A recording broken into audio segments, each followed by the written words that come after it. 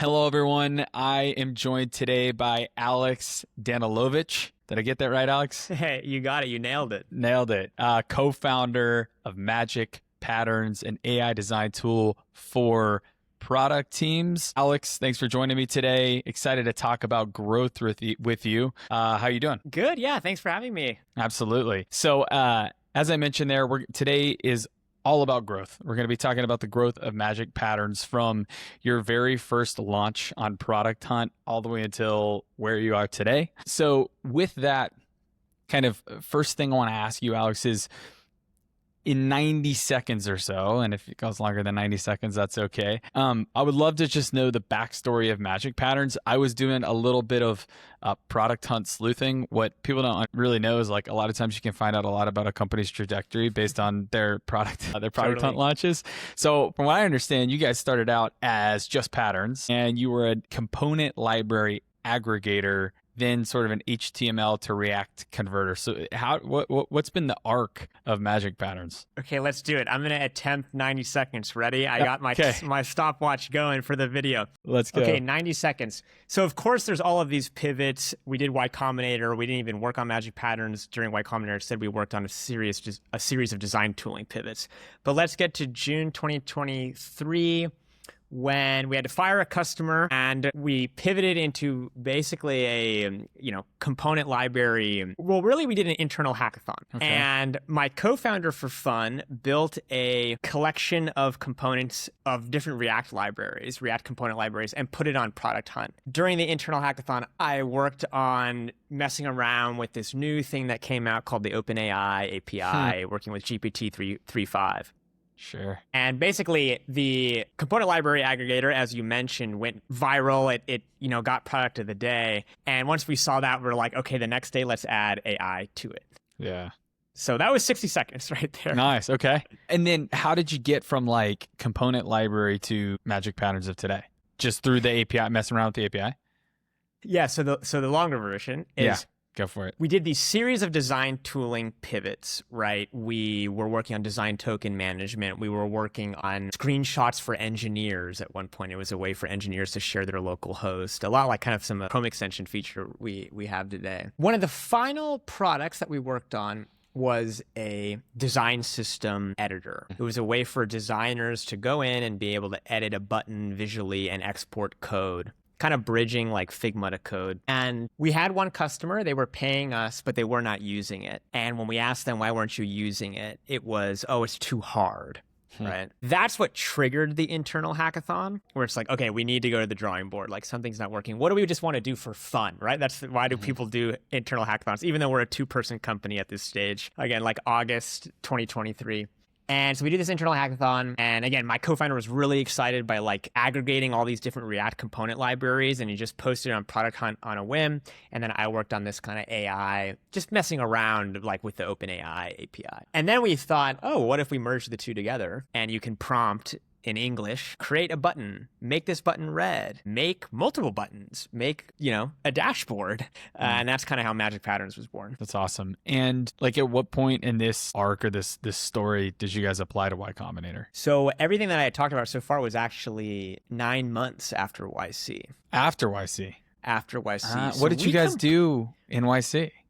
We completely failed YC. We failed demo day. You go to demo day, you present, you pitch to investors. We had a very hard time. We were pivoting in design tooling. So we had worked on a series of products, basically all kind of in the same space, which definitely influenced our journey. And like they all kind of make sense in hindsight. So it's hilarious because you ultimately, like at the end of the day, you kind of won Y Combinator because now your investors are like the YC guys. So that's hilarious.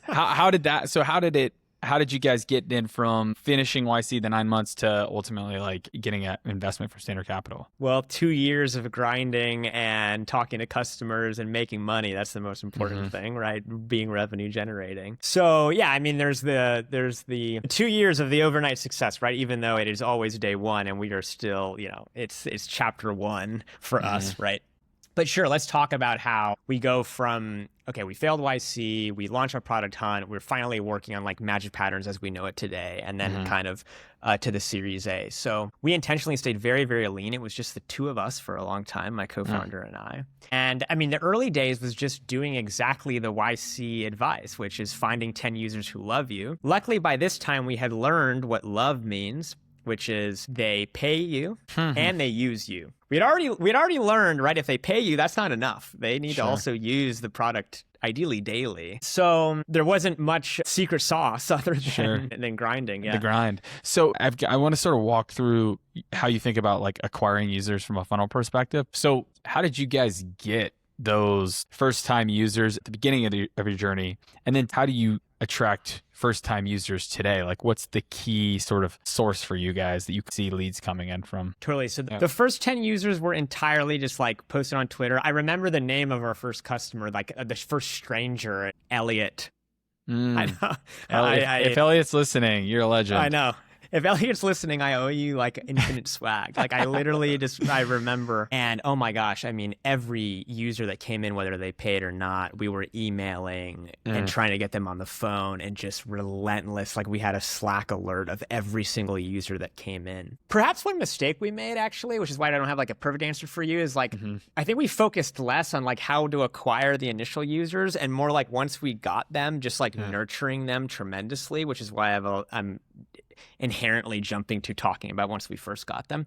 But yeah, the first was on Twitter. And then of course, I would post on LinkedIn and things like that. But we never ran, in the early days, we never ran any form of paid marketing. We eventually started running a couple of influencer marketing campaigns. Very little though. I mean, that was the early days. And then how do you generally acquire your free tier customers or potential customers today? I mean, it's a mix of a lot of things. A lot of it is word of mouth. And friends, right? I mean, of course, we were way too late. We were way too late to this. We asked them, how did you hear about us? Now I understand deeply why you need to do that. Yeah, sure. In the earliest days of the company, we're like, we don't need to, whatever. Like, let's just keep chugging. So important to understand. Obviously, there's a big mix, but I mean, lots of people come from word of mouth. And I feel very lucky that we have a product with a little bit of an inherent network effect, right? Because you can see if you're on the free tier, there's a badge that says built with Magic Patterns, right? We have lots of folks that come from Reddit, LinkedIn, Twitter. We just started running Google Ads like very recently. Of course, just a more like word of mouth where, there's been YouTubers that have talked about us organically. And of course, we've, run a couple campaigns there. And do you guys have like data sources that you're looking at that show where these are coming from? Or is it like once they sign up, hey, how'd you hear about us type data? So we use PostHog, and yes, of course, there's like the UTM and the refer and all of that, right? But it's all pretty dirty, as probably everybody knows that's listening to this. And so we do basically rely on self-attribution. I mean, I think there's like $1 billion business like waiting to be created here in terms of like actual attribution, but I have just basically concluded it is impossible. I mean, especially when you get into influencer marketing campaigns, right? Like they view it on TikTok, then they go to your desktop on web, right? Like it's so hard to connect the two. Totally. But yeah, we do like self-attribution, and the top channels for us are no surprises, like LinkedIn, X, Reddit, word of mouth is the biggest one. Totally. Yeah. Have you, do you remember the moment? So Elliot was your first user. Do you remember like your first referred user, someone that like really loved the product and then told their friend about it? I don't have a good story for you there because luckily I think that came pretty naturally. What has been amazing is I remember in the earliest days, it was like anyone who shared that, it's still my co-founder and I, but I'd share it in Slack, like, oh, look how excited this user is.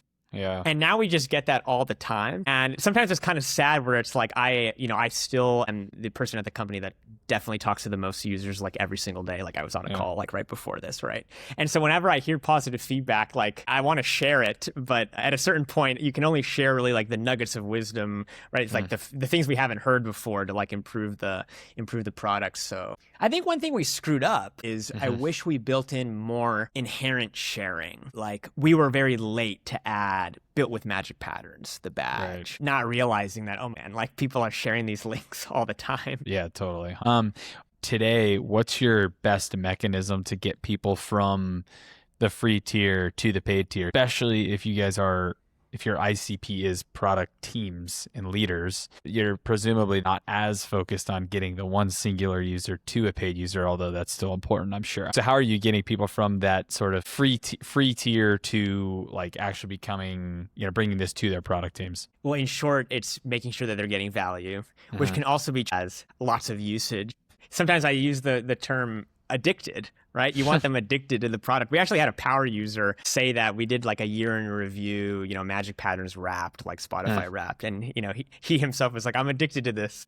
Nice. Perhaps not the best verb, but it's, a great way to describe what our goal is, right? Which is we want to make sure you're getting a lot of value out of the product. And that often means using it, right? I also will say like things that we track are, do you publish your website that you create, your design that you create? Do you click the share button? Do you export it out? Like, because it's kind of tricky in a product like ours where, sure, there's the flat out like usage of how many times did you prompt, how many times did you make an edit, right? Then there's also the cases where, let's say they only made 5 edits, but it unlocked a new idea, it unlocked a new revenue generating feature, it saved 15 hours of back and forth. That's a lot of value created as well. So we track things like how was this ultimately used? Yeah. Yeah. And then thinking of like growth moments, has there been like a singular moment or singular couple of moments where you guys saw just insane growth, either at the paid tier or the free tier or both? Yeah. So from January 2025 to July 2025, so like a 7-month span, we went from 100K ARR to $1 million, and only as 2 people, which was very proud of. But I think also a learning there was time to scale, and we're on the launch pad of the rocket ship, and it's time to put the keys in the ignition and blast off as we're doing now. It's hard to answer because a lot of it was just compounding. My co-founder and I have gone back and forth to this. Okay, what was the one single lever? Let's do it again. And it's like, well, it's just a series of compounding things. One thing that I'm very proud of is Lenny Rachinsky, the podcaster, has a big product management audience. And what was super cool is that we naturally were talked about in his community. Naturally, people in his community used Magic Patterns. Product teams used it. And so he contacted us to like be in his premium product pass bundle where we're alongside Granola, all the other competitors in our space. I'm very proud to say I believe we were the only 2-person company that was included in that product pass. That was a big moment for us. And I'm very excited too that it was entirely like organic of just people using the product and loving it and it being included. So that was really huge. Some other things, it was like funny. We had a friend of mine, he uses us and he's kind of a YouTuber, and he just happened to mention it as one of his YouTube videos, and that went pretty viral. It was like his 5 favorite AI tools. We didn't pay him at all. Like he's just like happened to mention us, and that exploded. And I remember my co-founder and I, that was a day where we're like, where is all this traffic coming from? And we eventually tied it back to him. And I think that's another funny example where, again, like the unpaid, completely organic, totally random thing happened to be one of the biggest growth levers. And did you see a lot of signups when you guys announced your seed, right? It was seed? Or Series A? Yes. So it was a Series A, and we did see it. We saw a bump. But what I think is so interesting about those things is I looked at the LinkedIn analytics. Who are the most people that saw that? They were other founders and VCs, right?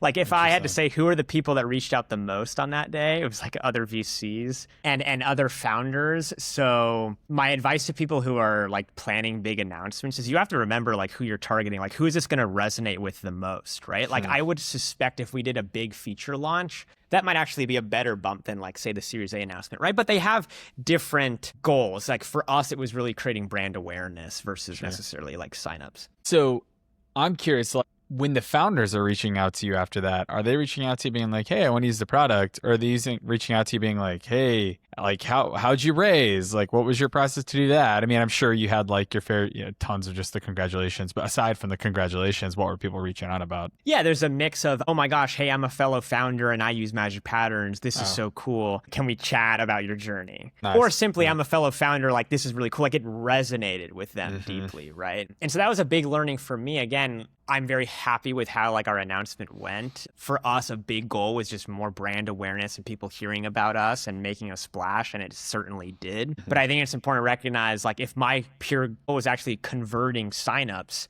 I did not target like product managers necessarily in my first liner of, we're hit $1 million in revenue to people.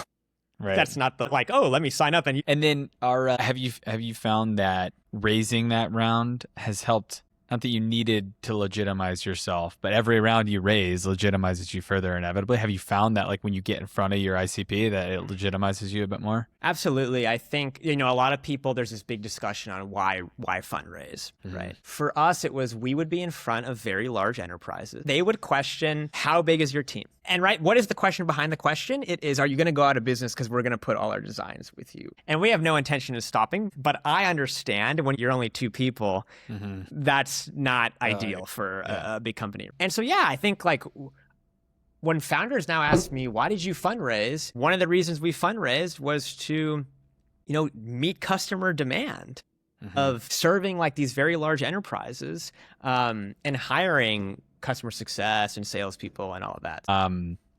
I saw that you guys won Launch of the Day on Product Hunt twice. So I think for me, I always wonder, like, I know people game Product Hunt launches and, it's a total game. So I would love to know what sort of tactics did you use to win Product of the Day? Because it sounds like, when your co-founder put patterns on there for the first time, like you just threw it up there. So yeah, how did you guys win a Product of the Day? Twice. So there's funny stories with both of them. And it's funny, I think what's missing probably from the question is that we have posted multiple times and did not always get Product of the Day. So we have our fair share of learnings of what didn't work too. It's so funny. Both instances are unique stories. In the first one, when we first did the internal hackathon and my co-founder posted it, he didn't even tell me because, again, it was like internal hackathon. He just did it for fun. Sure. I mean, the one advantage there was I think he posted on a Saturday. And so there aren't big corporate launches that day.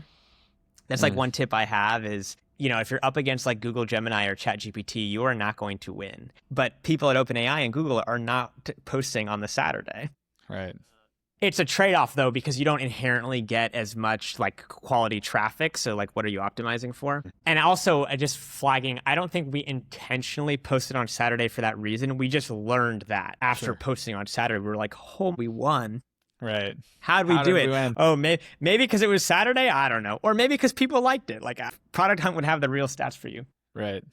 The second launch, so what's funny is we've learned that, Product Hunt does remove like bot votes. And I feel sorry for their ops team because I think they have lots of, issues. And there's this whole industry of like these click farms like created. Totally. We've never used one. And funny story, our last Product Hunt launch, there was another company, I'm forgetting the name, honestly, that beat us in the last like 20 minutes. And if you look at the graphs of upvotes, I think it's called like Product Hunt Wars or something. They just had like a total spike in the last 20 minutes. Of course they did. And it was very sad. I remember waking up and like we were like so excited that we won, whatever, that we thought we were going to win. But we went to bed at around 10 p.m. and we woke up and we lost. But then I look at the graph and it's like straight up. And I'm just like, oh, like, is that what I think it is? And, but we got over it. It is what it is, whatever. A few hours later, I get an email from Product Hunt. Hey, really sorry. We discovered fraudulent voting. No way. You guys are the actual winners, right? My gosh. So maybe that's the lesson to take away from this is like those things are caught. Like it doesn't. I think there's a lot of misinformation that like people game the system or whatever. And the one experience I have, like someone gamed the system and it ended up not working for them. Right. Yeah. Totally. Did you guys were you sharing the launch with everyone to get them to upvote it? Like I've seen a lot of that. Were you guys doing that? We did. I mean, we had a banner on our homepage that links to Product Hunt. I mean, I think it is no secret to say inherently products with a lot of traffic on their homepage have an advantage because if you're inherently getting traffic to your website, link to Product Hunt, intended audience, next thing you know, like they're there. I mean, it's way harder to get like a product with no audience versus, I think Supabase is one that comes to mind that always crushes Product Hunt. Yeah. Well, I'm sure they already have like their audience of people to reach out to, but they earned that, right? I mean, that is like, they also started from nothing at one point. So yeah, we do that. We would do like small targeted email campaigns, just kind of saying, hey, we're on Product Hunt, like feel free to support. But oh man, in the early days, it was so hard. Like some of our earliest launches, I'm like messaging our like 10 users or like the few people in my circle over text message like, hey, I know you're kind of in tech, want to upvote this on Product Hunt. Yeah. Oh my gosh.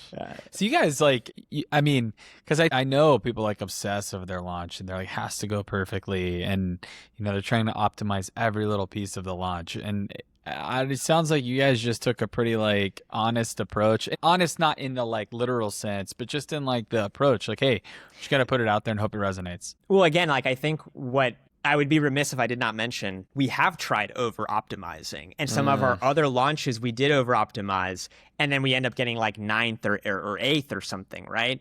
Yeah. And yes, I can tell you this, in the 2 times we got product of the day, we like very intentionally like did not over optimize. And I wonder if there's something to be said for that, right? It's kind of like going back to how the 2, kind of best days in terms of like page view spikes are like when Lenny shared about us and when my friend shared about us, both organic, right? And so I think, people in tech especially, I think are very good at picking up on when is this just like real versus when is this like a paid ad, like secretly, right? Or like just like kind of fake. And so yeah, those are my big learnings.